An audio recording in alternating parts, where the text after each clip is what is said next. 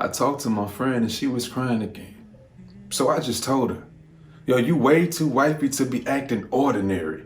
I mean, don't you find it scary that you care so much? Your heart is full of armor, but you weak to his touch. So I was annoyed. So I just told her, stop touching him. It's lust. You not in love, so stop fucking. See, you deserve disrespectful sex from a man that respects you at 3 o'clock in the morning, because that's what y'all do. One that don't make you doubt because you wake an hour earlier for cooking.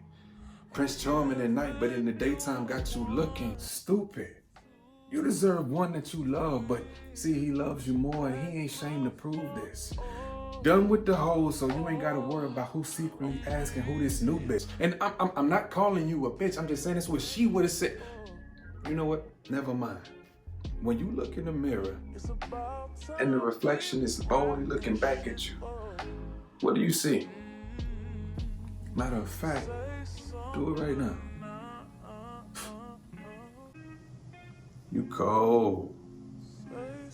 Damn, you bad. You beautiful, look at that. You smiling.